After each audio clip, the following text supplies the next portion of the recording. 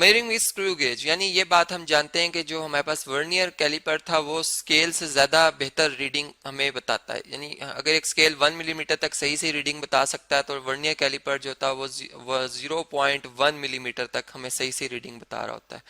लेकिन अगर हम इससे आगे चलते हैं तो हमारे पास जो अब एक और इंस्ट्रूमेंट है जो कि फिर 100th पार्ट ऑफ मिलीमीटर तक सही सही हमें एक्यूरेट रीडिंग दे देता है लेंथ की, डायमीटर की। वो हमारे पास है जी स्क्रू गेज, यानी जो कि जिसका लीस्ट काउंट 0.01 मिलीमीटर है। और फिर इसमें यानी जैसे वर्नियर कैलिपर की बात करते हैं उसमें भी कैसे कुछ वर्नियर कैलिपर्स ऐसे हैं जो डिजिटल हैं जो कि 100th पार्ट ऑफ मिलीमीटर तक बता सकते हैं। ऐसा फिर हमारे पास स्क्रू गेज में भी कई ऐसे हैं जो कि फिर 200th पार्ट ऑफ मिलीमीटर तक या फिर इससे भी ज्यादा जो है वो छोटी वैल्यू को सही सही एक्यूरेटली बता सकते हैं। अब इसके पार्ट्स को अगर हम देखें तो ये दो सिलेंडर्स होते हैं, एक को एनल कहा जाता है, एक को स्पिंडल कहा जाता है। स्पिंडल जो होता है वो मूव कर सकता है इस नॉब की मदद से फॉरवर्ड यानी पीछे की राइट साइड पे और लेफ्ट साइड की तरफ मूव कर सकता है, जिसमें कि हम किसी चीज को इसके अंदर एडजस्ट कर सकते हैं, टाइट कर सकते हैं, लूज कर सकते हैं। ठीक है, इसी तरह ये फ्लेम कहलाती है पार्ट जो यू नुमा है। फिर सर इसको स्लीप कहा जाता है जिसे मेन स्केल भी कहा जाता है। ये मेन स्केल है जिससे आम स्केल इसके ऊपर मिलीमीटर्स में रीडिंग होती है, यानी इसमें जो दो छोटे डिवीजन्स के दरमियान डिस्टेंस है ये 1 मिलीमीटर है। जबकि ये जो हमारे पास थिम्बल स्केल है या इसको वर्नियर स्केल भी कहा जाता है, ये इसके ऊपर 100 डिवीजन्स हुई होती हैं जो कि फिर एक दफा ये पूरी 100 डिवीजन जब घूमती हैं तो 1 मिलीमीटर का फासला तय करती है। तो इस वजह से हम कहते हैं कि जो इसका लीस्ट काउंट है वो हमारे पास चूंकि 1 मिलीमीटर को आप जब 100 से डिवाइड करते हैं तो आपका जवाब 0.01 मिलीमीटर आता है। इस वजह से हम कहते हैं कि ये इसका क्या है जी लीस्ट काउंट है, जो कि इसकी फिर डेफिनेशन भी इसी तरह से डिफाइन की जाती है इसकी स्क्रू गेज का पिच ऑफ द स्क्रू और divided by total number of division और सर्कुलर स्केल। तो वो मुख्तलिफ डिवाइसेस में मुख्तलिफ होती हैं, जैसे इसमें 100 थी। अब जब हमें ये पता चल जाता है तो हम इससे जब भी रीडिंग स्टार्ट करते हैं तो रीडिंग लेने के लिए रैकेट नॉब जो है इसी की मदद से हम जो है सब कुछ परफॉर्म कर रहे होते हैं। इसको अपनी फिंगर की मदद से कभी एंटी क्लॉकवाइज रोटेट करते हैं और कभी क्लॉकवाइज। यानी अब अगर हम इसको फर्ज करें, जब हम इससे रीडिंग लेते हैं तो सबसे पहले तो हमने ये देखना होता है कि आया हमारे इंस्ट्रूमेंट में कोई एरर तो नहीं। चूंकि एरर अगर होगा तो फिर एक्यूरेसी नहीं रहेगी और एक्यूरेसी की वजह से फिर आप जानते हैं कि एक सही रिजल्ट है वो हमारा वो नहीं आ सकता। तो एक्यूरेसी होनी चाहिए, यानी हम यहाँ पे एक्यूरेसी का बहुत ख्याल रखेंगे। इसलिए जो हमारा सिस्टमेटिक एरर है वो हमने चेक करना है, तो इसके लिए जीरो एरर चेक करेंगे। यानी हम ऐसा करेंगे कि इस जैसे आप कोई डिवाइस नजर आ रहा है इसमें कुछ चीज भी नहीं रखेंगे, कोई ऑब्जेक्ट नहीं रखेंगे और इस नॉब को घुमाएंगे और इस तरह से कि दोनों स्पिंडल्स ये स्पिंडल और एनविल आपस में जुड़ जाएं। ठीक है, और एक टिक की आवाज आएगी जिससे हमें पता चल जाएगा कि ये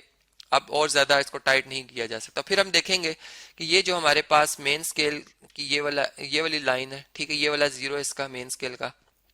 और जो इसी तरह ये इसके काफी क्लोज आ चुका होगा यहाँ पर, तो क्या ये जीरो वाली लाइन और यहाँ पर जी भी इसी तरह एक जीरो लिखा होगा, यानी इस लाइन के आगे जीरो लिखा होगा। अगर ये आमने सामने होंगे तो हम कहेंगे कि इसमें एरर नहीं है, ये फ्री फ्रॉम एरर, यानी जीरो एरर जो है इस केस में हमारे पास वो नहीं है। लेकिन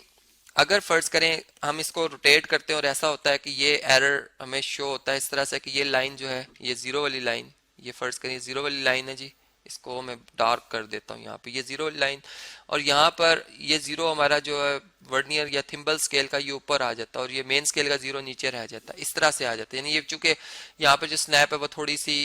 इस तरह से नहीं है कि बिल्कुल इसके साथ होती, यहाँ पर आई होती। अब ऐसा है कि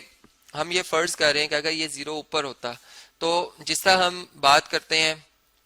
कि हमारे पास जब हम लाइन से राइट जीरो, यानी जब हम लाइन नंबर लाइन की बात करते हैं तो जीरो से जब हम राइट साइड पे चलते हैं तो पॉजिटिव साइन के साथ नंबर्स आते हैं, जब लेफ्ट साइड पे चलते हैं तो नेगेटिव साइन के साथ। इसी तरह फिर हम देखते हैं कि अगर हम जब ग्राफ प्लॉट करते हैं तो हम जब वाई एक्सिस की बात करते हैं तो जब ओरिजिन से ऊपर चलते हैं तो वाई की वैल्यू पॉजिटिव आती है, ठीक है, और जब नीचे आते हैं तो वाई की वैल्यू जो है वो नेगेटिव आती है। इसी तरह यहाँ भी यही बात है कि ये अगर जीरो है मेन स्केल का और अगर ये वर्नियर स्केल का जीरो ऊपर आ जाए, ठीक है, या थिम्बल स्केल का जीरो ऊपर आ जाए, तो फिर हमारे पास जो एरर होगा उसे हम कहेंगे कि ये कौन सा एरर है जी, पॉजिटिव पॉजिटिव जीरो एरर है। ठीक है, जीरो एरर है, यानी आपके डिवाइस में जो भी आप वैल्यू इसकी कैलकुलेट करेंगे उसमें आपको वो पॉजिटिव के केस में वो वैल्यू सब्ट्रैक्ट करनी होगी एरर वाली। ठीक है, जबकि नेगेटिव के केस में चूंकि अगर आपका मेन स्केल का जीरो ये और वर्नियर स्केल का जीरो उससे लाइन से नीचे होगा तो फिर इसमें इसका मतलब है कि आपका जो एरर है वो इस केस में कौन सा जी, नेगेटिव जीरो एरर है। ठीक है, तो यहाँ पर जो वर्नियर स्केल का मैंने इसलिए इसको वर्नियर स्केल लिखा ताकि आपको याद रहे कि नीचे होगा जी जीरो, ठीक है, यहाँ पर होगा जबकि यहाँ पर ऊपर था। तो इसमें जो है ये वर्नियर स्केल, इसका मतलब होगा नेगेटिव, नेगेटिव आपका जो है वो एरर आ रहा है, जीरो एरर आ रहा है, ठीक है। और इसको करेक्ट करने के लिए, इसमें करेक्शन के लिए आप जब एरर निकाल लेंगे तो इसको आप आखिर में ऐड कर देंगे अपनी उस वैल्यू में। तो इस तरह से ये दो एरर्स आते हैं। अब हम देखते हैं कि एरर होते कितने हैं और कैसे इनको हम जो है वो ठीक करेंगे। तो ये देखें, जैसे एक पेंसिल हमने यहाँ पे रखी, इसकी रीडिंग अगर हम ले रहे होते हैं तो ये देखें यहाँ पर, ये इस पिक्चर में सिर्फ आपको ये नजर आ रहा है, रीडिंग थोड़ी सी वाजे नहीं हो रही, लेकिन अंदाजन में बात कर रहा हूँ कि ये 25 है यहाँ पर,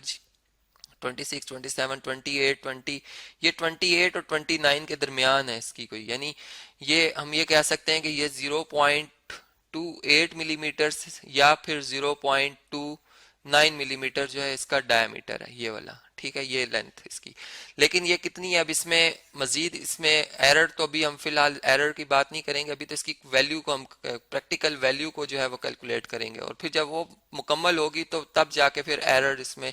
जो अगर पॉजिटिव है तो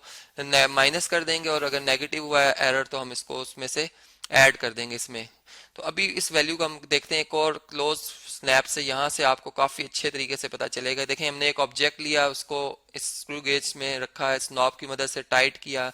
टिक की आवाज आएगी, ज्यादा इसको टाइट नहीं करेंगे क्योंकि इंस्ट्रूमेंट डिवाइस खराब हो सकता है। फिर हमने देखा कि यहाँ पे ये 10 मिलीमीटर, 11, 12, 13, 14 है, लेकिन इसके नीचे जो है ना इनके 0.5 भी लिखे हुए, जैसे ये 10.5 था, ये 11.5 है, ये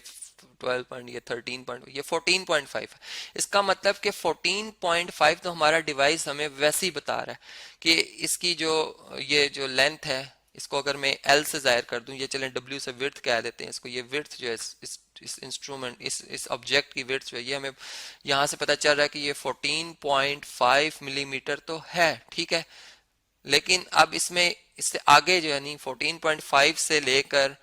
15 के इन बिटवीन जो है ना ये लाई कर रही है। अब ये कितनी आगे है कितनी पीछे है, ये हमने जो है इसको करेक्ट करना है, ठीक है, ये मिलीमीटर मैंने लिखा है। तो इसके लिए अब हम यहाँ पर आ जाएंगे। अब देखें, ये मेन स्केल की लाइन है जी,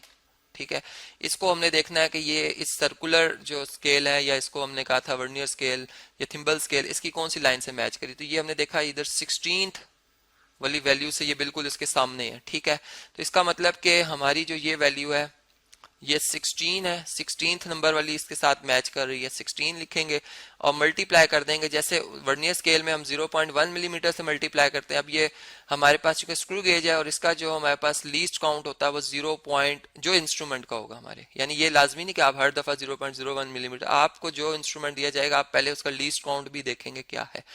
वो आप देख लेंगे जी। 14.5 मिलीमीटर में आप ऐड कर देंगे जी 16 इंटू 0.1, तो ये 0.16 मिलीमीटर, ठीक है।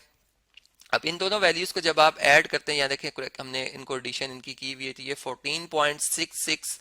मिलीमीटर हमारे पास इसकी वैल्यू आ जाएगी विड्थ की। लेकिन अभी ये करेक्ट नहीं है, ठीक है, इसमें एरर मौजूद था, चूंकि मैंने कहा था अगर एरर होगा, ठीक है। अब एरर की बात आ गई है कि इफ एरर इज पॉजिटिव, ठीक है, तो अब हम क्या करेंगे, हमने फर्ज किया कि हमारा एरर जो था वो हमने जब, अब एरर कैसे कैलकुलेट करेंगे, हमने एरर इस तरह से कैलकुलेट करना है कि जब हमने देखा जीरो इससे ऊपर था, ठीक है, मेन स्केल से, तो उसका मतलब पॉजिटिव एरर। फिर हम इसी तरह जैसे 16th लाइन मैच करिए, हम देखेंगे कौन सी नंबर वाली लाइन इस बिल्कुल इस हॉरिजॉन्टल लाइन से मेन स्केल की सामने आ रही है। जैसे वर्नियर स्केल में भी हम देखते थे वर्नियर की कौन सी लाइन, इस रोटेटरी जो स्केल है इसकी लाइन देखेंगे कौन सी मेन स्केल से मैच कर रही है। तो यहाँ से अगर फर्ज कर लेते हैं कि 16th ही मैच कर रही हो, फर्ज करते हैं, ठीक है, 16th आपने देखा जी 16th मैच कर रही थी, इसको लीस्ट काउंट से मल्टीप्लाई करेंगे आप 0.01 से, तो ये आ जाएगी 0.16 वैल्यू। ये एरर आ गया जी, पॉजिटिव एरर है। अब इसकी करेक्शन के लिए, यानी यहाँ पे जब हम करेक्शन करेंगे तो हम इस जो हमारे पास वैल्यू आई है W की 14.66, इसमें से हम माइनस कर देंगे ये एरर, चूंकि पॉजिटिव है तो इसको माइनस करेंगे 0.16 मिलीमीटर, ठीक है। ये आपको पता चल गया कि ये मिलीमीटर क्यों आया, क्योंकि हमने इसको लीस्ट काउंट से मल्टीप्लाई किया। तो ये आपके पास जो वैल्यू बनेगी ये आप देख सकते हैं जी, इसको अगर हम माइनस कर दें तो ये 14.5 मिलीमीटर, ये इसकी बिल्कुल करेक्ट की हुई वैल्यू, करेक्शन जो है वो वैल्यू है, ठीक है। इसी तरह अगर पॉजिटिव हुई, नेगेटिव हुआ जीरो एरर, तो आप इस वैल्यू को बजाय माइनस करने के क्या कर देंगे जी, प्लस कर देंगे और ये इसमें मजीद ऐड हो जाएगी, तो जो भी इसकी वैल्यू बनी, फर्ज करें 14.82 बनती है मिलीमीटर, तो आप वो लिख देंगे।